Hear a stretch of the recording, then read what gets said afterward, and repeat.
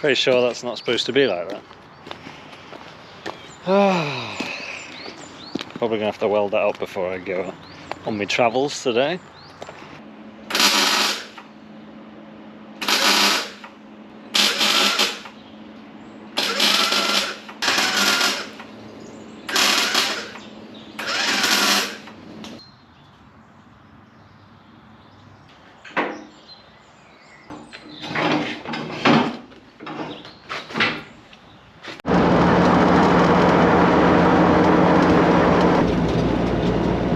On my way to a machinery sale at a market,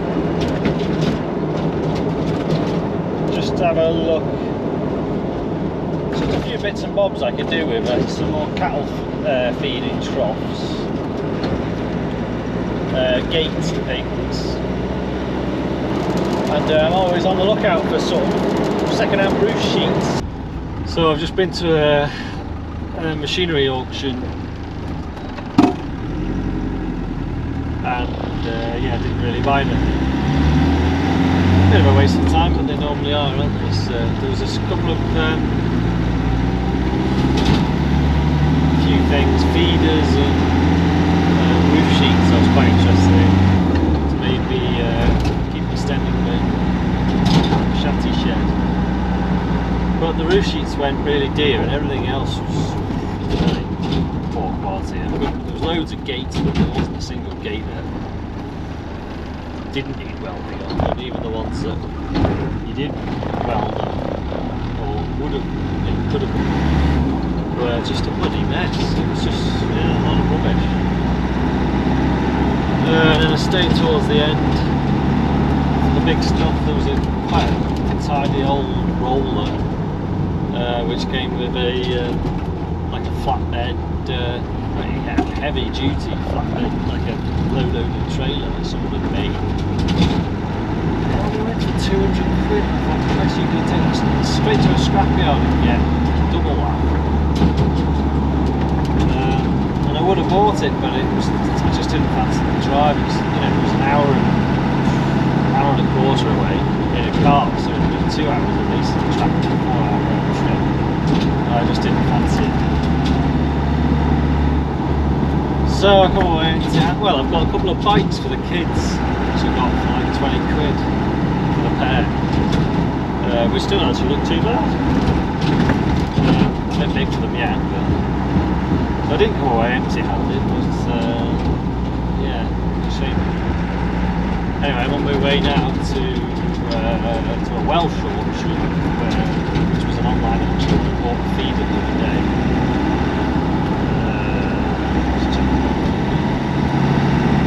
To go and pick up the feed, and I don't think you can have enough of them hay rack troughs. Eventually I'm going to need more of the calf shed, but I'm also going to need to do something. If I do turn a bunch of doing stuff outside, I'm going to need a trough to feed barley.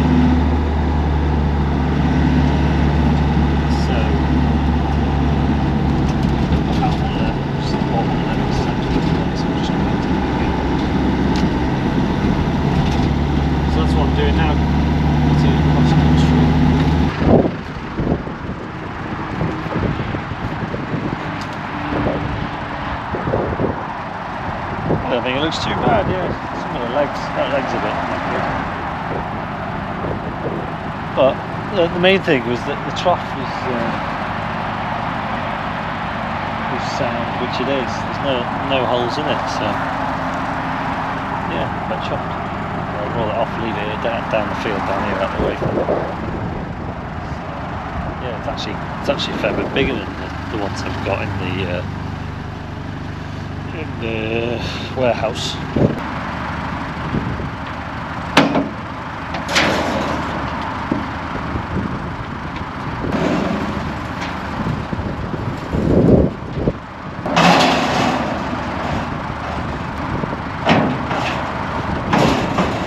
That'll do, pig.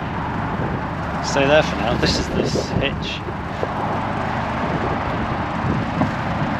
It's got this adjustable plate, but whether Whether I can bolt that onto mine, I'm not sure. I think the lip on this plate will actually get in the way, so I don't know. Must be off an older Land Rover that. Anyway, never mind. You can't win them all, can you? Oh yeah, the other day I went and got some more egg trays. Try and buy egg trays second hand if I can, because they're a lot cheaper, and because we only really use them once. You know, we put eggs on them, sell them on the trays. We get some that get brought back, maybe a third, and then there's obviously a percentage of them that can't be reused. This pallet doesn't actually look too bad. I've worked it out in the past that even if you buying pallets, even if you have to throw away 2/3 of them, it still works out cheaper than buying new ones. So that pallet actually looks pretty good, and the last pallet I had off this fella were 90% good, so it's just way cheaper than buying new egg trays. I've really tried to reduce my bill for egg packaging by using plastic stuff wherever we can. I'm using plastic container crates to carry half dozen packs into farm shops, and we've got one of our main cafe customers use plastic trays, and they just return them. The downside is you have to wash them every now and then, but the money you save on trays is, because what we found is any eggs we delivered to cafes, even if they gave you the trays back, they'd be in such a state you couldn't reuse them. They're all covered in food and broken egg and God knows what. So yeah, so I went and got them. That'll keep me going for a few weeks at least. Land Rover exhaust. I tacked it up, and then because I had to go, I went to go and get those trays. And then yesterday Mark was here, and Mark was tinkering about. He's changed the oil in the van and changed the fuel filter, which was a bit of a fag to do, I think, but that's a good job. And just took the exhaust off and tried to weld it up properly. But what I found is that there was quite a few big holes in it. Basically the back box part of the exhaust. So I've sort of welded it so that hopefully it won't fall off in the next couple of days, but it's certainly not sealed. There's lots of big holes in it, and I didn't really attempt all of them. But it's just past its MOT, so I haven't really got to worry about that. But I will have to get a new MOT, a new exhaust before the next MOT in 11 months' time. So yeah, I noticed the other day when I've moved some of these bales away, there's got some holes, and they look like, I don't know whether they're mice or rats. There's some there. Somebody's been making a nest. There's a hole in that one. A load of this. Hole in that one. A load of this silage is not going to be overly great. There's a hole in that one. So, and that one. Yeah, it's got a bit of a, I don't know, we got a bit of a rat problem, I know, but I don't know whether that's rats that have been in there or whether it's mice. Anyway, right, I'll give these guys their corn because they're getting a bit hungry. And then afterwards I'll go and show you the garden. So this is what my mum's been doing yesterday in the garden. She's on a mission to try and clear the ground. It's got a thick mat of grass on it because I don't think a great deal got planted in this patch last year. So she's seen somewhere that the way to do it is to cover it in cardboard to suppress the weeds over the winter. And then the idea is that the cardboard rots, and then you just plant basically straight into it in the spring. I mean, it's very late in the day to be putting cardboard on now, but I mean, personally, I can't see what's the problem with just spraying stuff off with glyphosate in the spring. But my mum's dead against spraying anything. She'd only eat organic stuff if she had her way, but yeah, I mean, glyphosate's got a bit of a bad name. I mean, I know that they found evidence that there's glyphosate in, well, I don't know whether in this country, but in America they're finding traces of glyphosate in people's blood. I mean, I don't know anything about it, but I would assume that that's more of a product of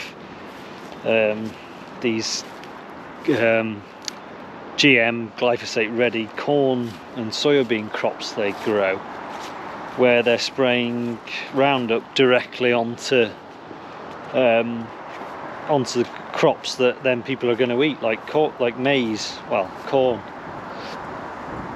Whereas in this country we don't do that. We don't spray glyphosate directly onto crops because we don't have any GM glyphosate ready crops, I don't think.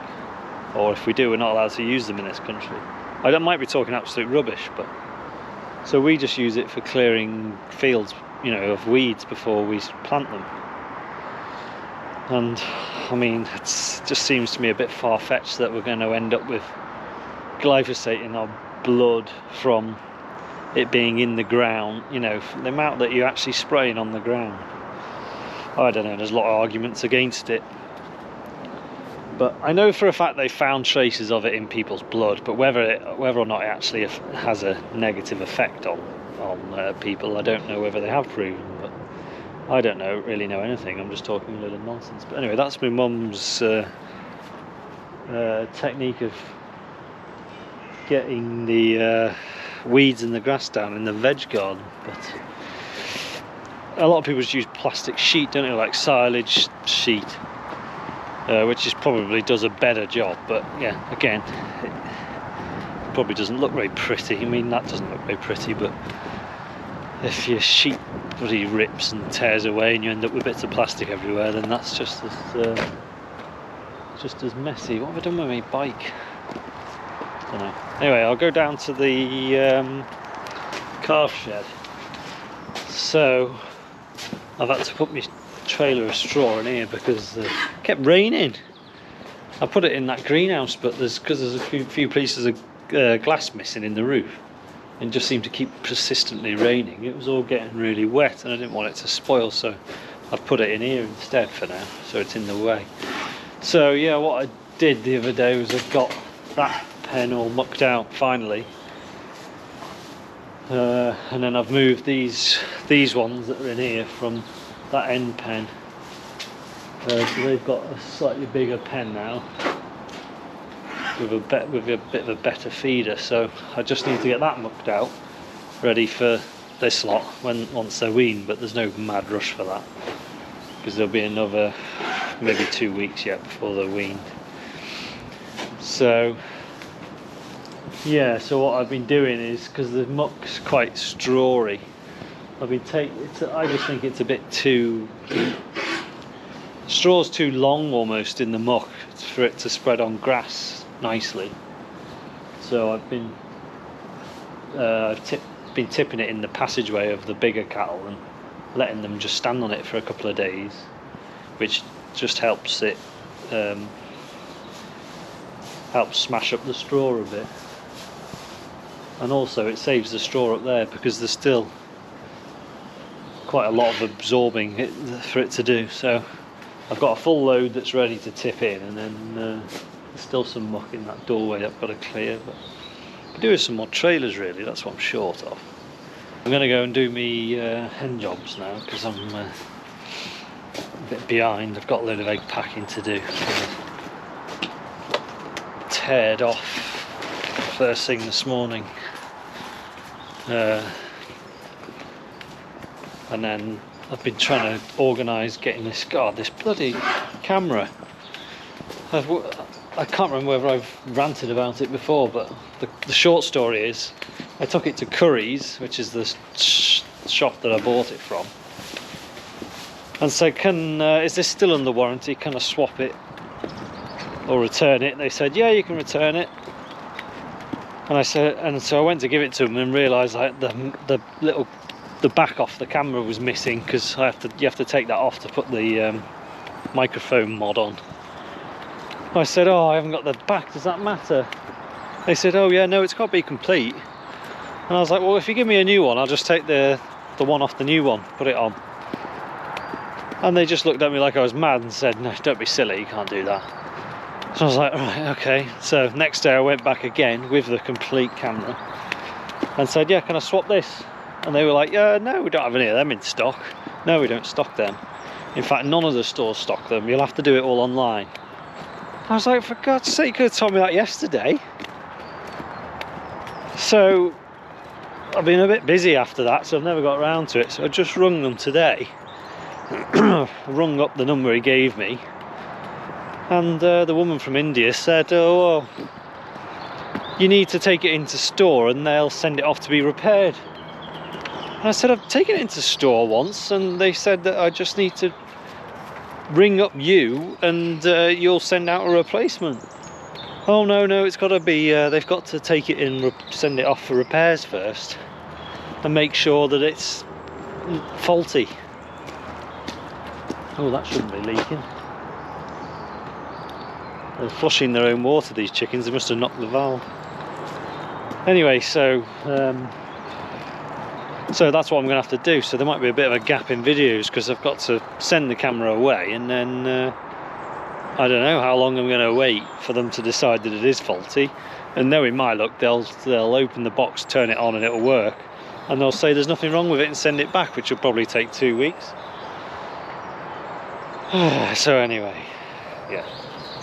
Rant over, that's my camera troubles. Because I'm getting fed up, I can't turn the bloody thing on. I mean, it's gone dark, it's just filming this video in between clips. Because I'm scared to turn it off now. It's like, do you leave it on and let the battery run out? Because the battery lasts all of about an hour. Or do you turn it off and risk it never coming back on again? Anyway, rant over. Anyway. Thanks for watching. There's not so many left in this bunch now. I know it looks quite a few, but these are the oldest hens. That's why they look scruffy. We've got them locked in now because there's no need for them to be going out. We'll be catching these. Where are we on today? Friday. Tomorrow they're going. And then it will be get the shed mucked out and start washing. It's a blooming shame to get rid of them because they're laying like mad. And they're good eggs as well.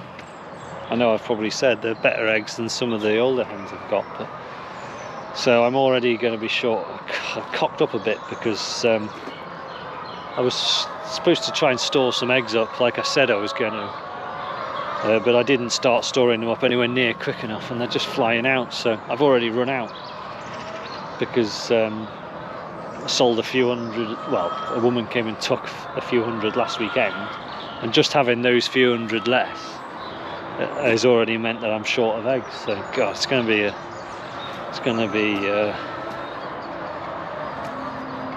a long, probably 2 months before I'm back up to full production again. But anyway, still, this is the beginning of the drought, so nothing but positivity from here on out. So anyway, yeah, that's me long-winded update of what's been going on the last couple of days. I'm sure there's something I've missed, but so anyway, thanks for watching and bye for now. Next one will be cleaning chicken shed out probably. Well, that shows you how much room there is in the shed. I've just turned the feeder on. I mean, they weren't out of food, but I just turned the auger on. It's just topped the feeders up a little bit, and a couple of the feeders are empty, and it's just drawn them all up there. So yeah, it doesn't look very full in there now.